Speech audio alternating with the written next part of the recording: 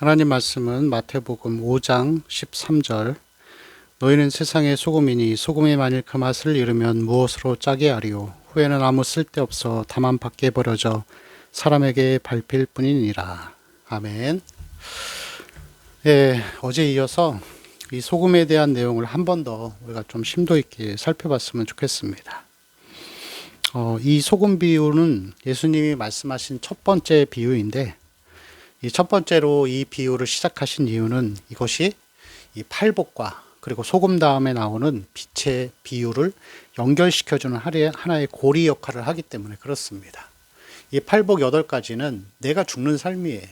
심령이 가난해지고 그리고 의를 위하여 박해를 받고 자기 이 온유한 자의 삶을 사는 것들, 그리고 화평케 되기 위해 내가 먼저 평화를 내밀고 그리고 먼저 화해를 제안하고 나의 권리를 주장하지 않고, 이러한 모든 팔복의 말씀들은 자기가 죽는 삶인데, 자기가 죽어지는 삶이 바로 소금이라 그랬습니다. 없어져서 녹아져서 영향을 내는 것이죠. 그리고 그러한 녹아짐과 자기 죽음이 있어야만이 빛의 역할을 감당할 수 있다는 것을 보여줍니다.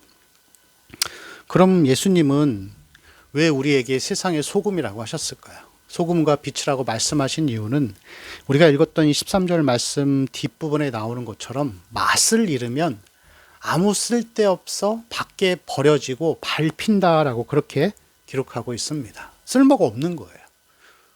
소금이 맛을 잃었는데 뭐에다 갖다 쓸까요?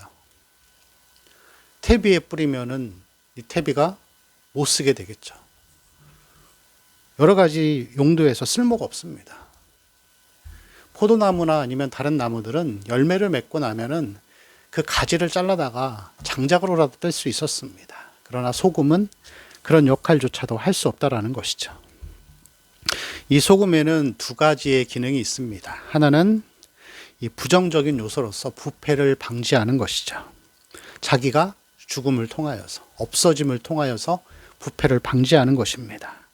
그리고 이 없어짐을 통하여서 긍정의 기능이 두 번째가 있는데, 그것은 맛을 내는 것이라고 할 수가 있습니다. 자기가 없어져서 전체를 다 지배하게 되는 것이죠.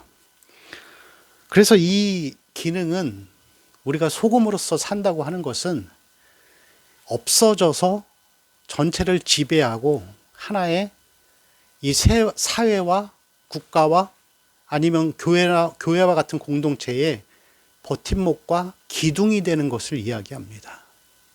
우리는 없어져서 녹아지지만 맛으로 전체를 지배하는 것처럼 우리는 하나님 앞에서의 이 소금의 삶을 사는 자들은 버팀목이고 기둥의 역할을 하는 것입니다. 이게 무슨 이야기인가 하면은 예레미야서 5장 1절 말씀을 보면 그런 말씀이 있습니다. 너희는 예루살렘 거리로 빨리 다니며 그 넓은 거리에서 찾아오고 알라. 너희가 만일 정의를 행하며 진리를 구하는 자를 한 사람이라도 찾으면 내가 이 성읍을 용서하리라. 하나님이 그러시는 거예요. 정말 믿음으로 사는 사람 한 사람만 있으면 이 성읍에 99명이 다 타락했어도, 죄가 극렬하게 쌓였어도 하나님이 봐주시겠다는 거예요. 그 한 사람 때문에. 소금의 삶을 사는 사람이 있기 때문에 하나님이 그렇게 봐주시는 거예요. 반대로 생각해 볼까요? 소돔과 고모라는 그럼 왜 망했죠? 하나님이 아브라함에게 그러셨죠. 의인을 찾아봐라. 의인 10명만 있었어도 내가 용서해 줬을 것이다. 의인 10명이 없어서 하나님이 멸망시킨 거예요. 죄가 극렬해서 하나님이 멸망시킨 게 아니라 의인이 없었기 때문에, 그럼 의인이 조금이라도 있으면은 그 죄를 사해 주신다는 것입니다. 여러분, 우리는 그런 사람들이에요. 없어지는 삶을 살고 아무도 알아주지 않지만 이 팔복의 삶을 살고 소금의 삶을 사는 사람들이 있기 때문에 그 사람 때문에 하나님이 긍휼과 자비를 베푸시는 것입니다. 교회도 그렇습니다. 교회가 여러분 몇백 명, 몇천 명이 모인다고 해서 그게 하나님 무조건 다 기뻐하실까요? 때로는 교회가 세상으로부터 맛을 잃은 것과 같이 보여져서 정말 세상보다 더 악한 일들을 하고 해도 하나님이 그 교회와 공동체를 봐주시고 유예하시는 이유는 그 교회 안에 정말 이 소금의 삶을 살기를 원하고 믿음의 길을 가기 원하는 몇 사람 때문에 하나님이 봐주시는 겁니다. 여러분, 그래서 이 소금과 같은 삶을 사는 것은 많은 사람들을 책임진 삶이라고 할 수 있습니다. 이스라엘의 타락과 멸망을 죄가 그게 달해서가 아니라 하나님의 사람들이 없었기 때문에 그런 것이라고 여러분 원인을 찾을 수 있을 것입니다. 더 나아가서 이것은 버팀목을 넘어서 영향력으로 나아가는 것입니다. 애굽이 어떻게 강성해졌죠? 하나님의 사람 요셉 한 명이 있었기 때문에 그렇게 된 것입니다. 그 한 명 때문에, 하나님의 사람 한 명 때문에 애굽이라는 이방 국가, 우상을 섬기던 나라가 모든 사람들의 부러움의 시선을 받는 그런 나라가 된 것이죠. 노예제도를 여러분 누가 했죠? 누가 철폐했죠? 아브라함 링컨. 그 사람도 그 소금의 영향력을 가지고서 하나님의 나라를 세워간 것이라고 할 수가 있습니다.